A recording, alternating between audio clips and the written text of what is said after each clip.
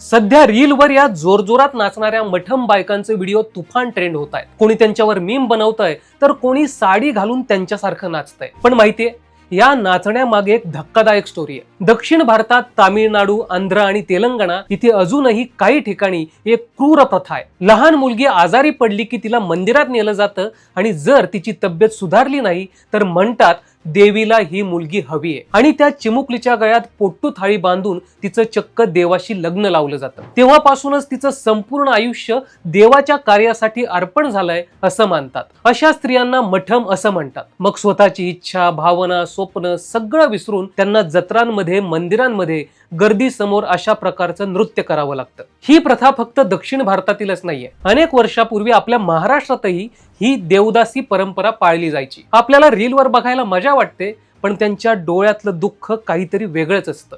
या प्रथेविषयी तुम्हाला काय वाटतं? कमेंटमध्ये नक्की सांगा आणि अशाच माहितीसाठी सबस्क्राईब करा जबरी खबरी।